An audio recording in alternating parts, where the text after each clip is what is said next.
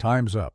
The Lakers just put length, speed, and silence on the same wing, and suddenly every fourth quarter in the West feels a little shorter. Picture the last 2 minutes at Crypto.com. Crowd humming, possession game razor tight, and there. He is on the weak side, body angled, feet alive, one step from turning a routine swing pass into a live ball panic. You feel it in your chest before the whistle. This is the play that flips the series.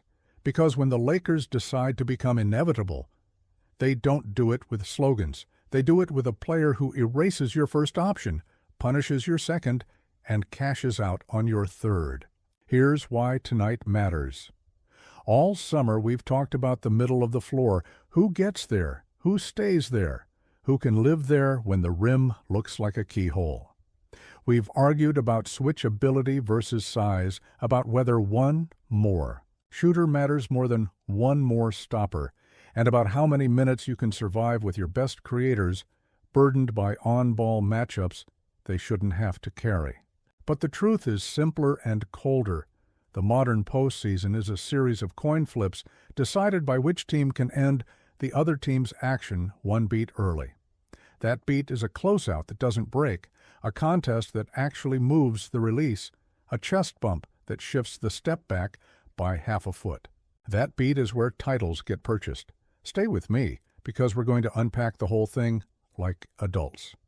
First, the theory of the move, why the Lakers, with LeBron and AD still bending the sport, needed a two-way wing who can guard up a position, live in the lane without clogging it, and hit a corner three with playoff oxygen in his lungs. Second, the chess, how the coaching staff can redraw the late-game menu when you add downhill cutting and credible size at the three, plus what it does for Austin Reeves's creation pockets and Rui Hachimura's matchup diet.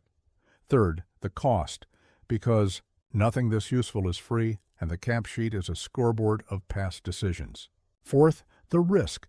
Yes, the variance is real, and we'll talk about it. Only after that, when we've set the stage, we'll dive into the news and the temperature around it. You're watching Lakers News Fan Report.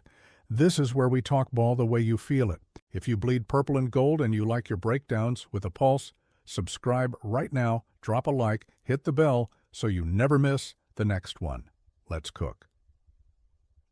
The introduction is the context we've all lived. Last year's lesson wasn't mysterious. When the Lakers controlled the tempo, wore you down with AD's rim gravity, and let LeBron orchestrate from the nail, they looked like a machine built for May. But in series moments, when opponents parked length on Reeves, shaded help off Oy, non-shooter, and dared the other wing to either punish single coverage or remove the best scorer. Los Angeles didn't always have a third answer that traveled. Some nights it was Rui's mid-post patience, others it was a role player catching a heater. But that reliable lane filler who could toggle from stopper to slasher to spacer without needing touches? That was the hole every scouting report poked. Defensively, it showed up as well. Too many possessions where LeBron had to take the toughest assignment late. Or AD had to overhelp once, then twice, then a third time, just to hold the whole thing together. And now the reveal you've been waiting for. Andrew Wiggins to the Lakers. Said out loud. Said with chest. That's the headline running through the league's whisper network right now. The picture that makes sense on a whiteboard and in a locker room. Is there a press release? No. Is it official? No. But the energy is pointing one way. The Lakers are acting like a team that has identified Wiggins as the cleanest path to raising their playoff floor and ceiling at the same time. And conversations are beyond the stage. Call it momentum, call it alignment, call it the league's worst-kept rumor for the next 48 hours. This is the shape of the move on the table. Let's talk hoop, not hashtags. Why Wiggins? Start with the role he mastered on a title team. Primary. Wing stopper who doesn't need the ball, lives off timing, and scores in the gaps your stars create. With Golden State's 2022 run, he made a living on body angles. Sit on the strong hip, take away the gather, contest clean without fouling. The offense was adult basketball, 45 cuts when the nail helper blinked, dunker spot relocations when the big turned his head, and a corner three that went in often enough to alter help rules. Plug that into LA's ecosystem and watch how many problems untangle at once. LeBron's pick and rolls get cleaner because the low man can't freeload. AD's post touches face single coverage more often. Reeves regains the half step that vanished when defenses could stunt off the other wing with no fear of a cut behind their back. In half-court language, Wiggins gives you a pressure release on two fronts. Against switch-heavy looks, he's a real scorer against smalls. Mid-post, fade that doesn't waste dribbles, a jab and go that gets him downhill to that soft-touch floater, and a ready-made slip partner when you fake the handoff. Against drop, he's the guy who sneaks behind the tag, the catch, the gather, the finish without theatrics. He's not a heliocentric creator, and that's the point. He gives you 14-18 honest points inside a star structure while stealing the toughest defensive cover so your stars don't have to. Defensively, the fun is in the matchups you stop fearing. Want LeBron fresh for closing reads? Give Wiggins the opponent's best wing scorer, live with well-contested 18-footers, and win the possessions on the margins.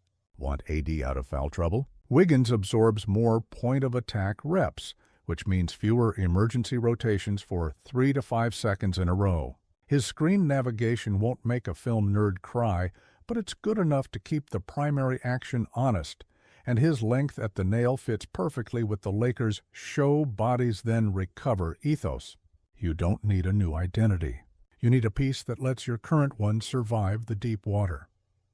Let's go to the clipboard for a second. Close game, 2 minutes left, side out of bounds. Lakers run horns twist. LeBron at the left elbow, AD at the right. Reeves lifts out of the corner. Wiggins starts weak side short corner. First option is the handoff to Reeves, flowing into a Spain pick and roll with Wiggins ghosting the back screen. Defense switches the handoff. Wiggins slips into the lane. The weak side tagger is late because he has to honor Wiggins at the rim. Easy pocket pass or corner spray. Take your medicine. Next possession, same alignment. But this time, LeBron fakes the handoff, attacks middle.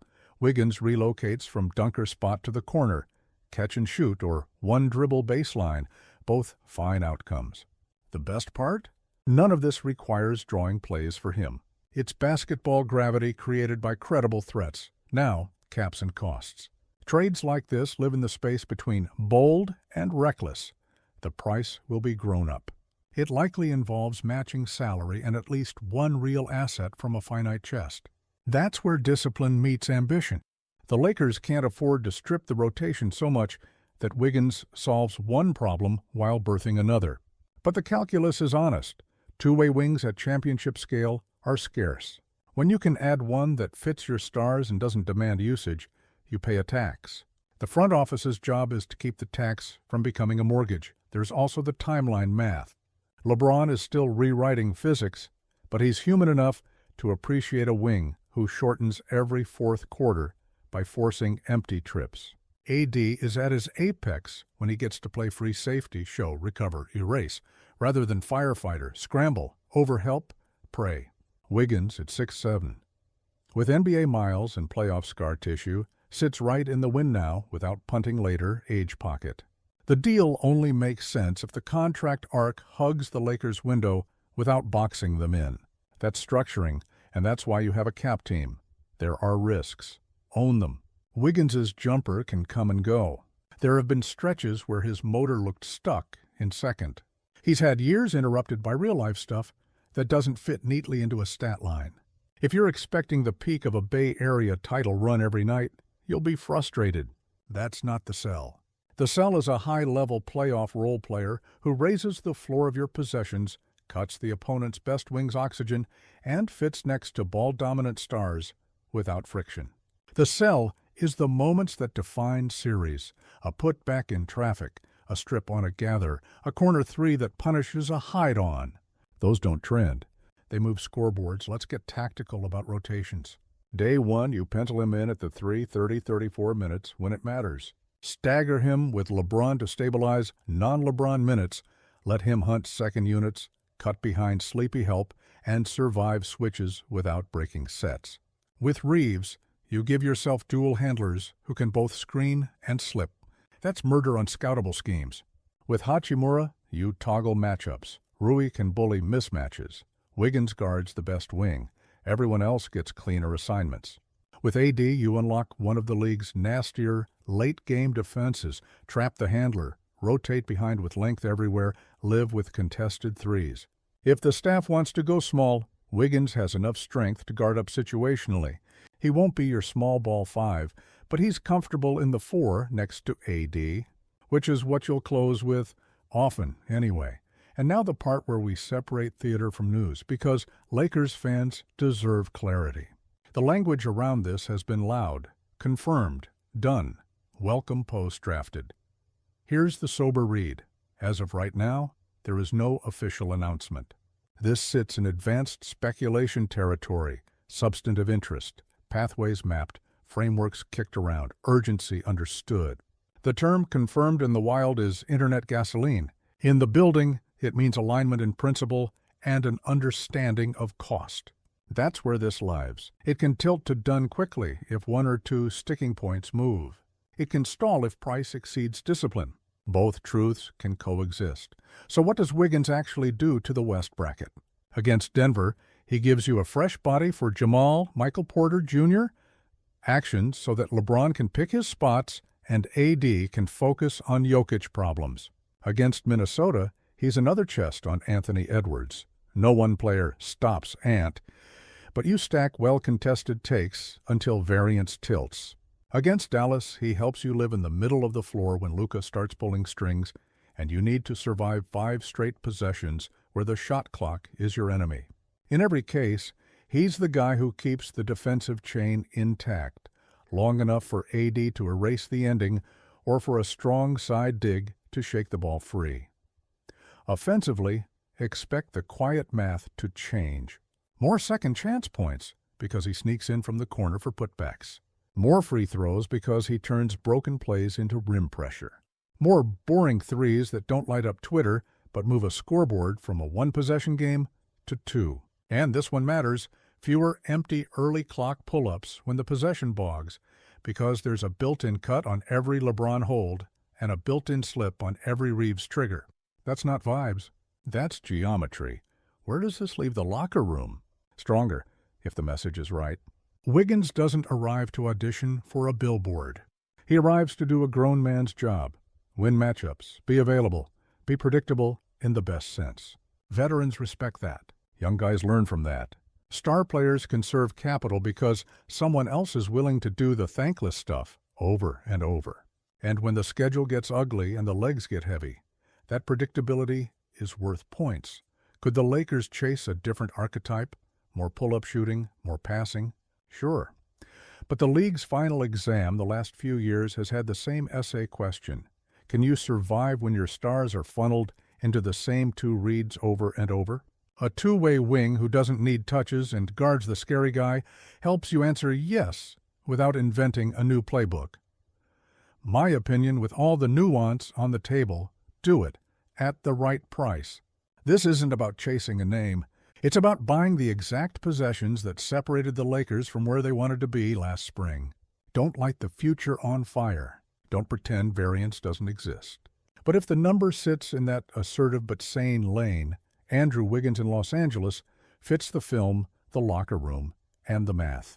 It doesn't make the Lakers perfect. It makes them harder to scheme, harder to breathe against, and harder to beat 4 times in 7 tries. And in a West built on coin flips, tilting 3 or 4 of those flips is often the difference between a good season and a parade.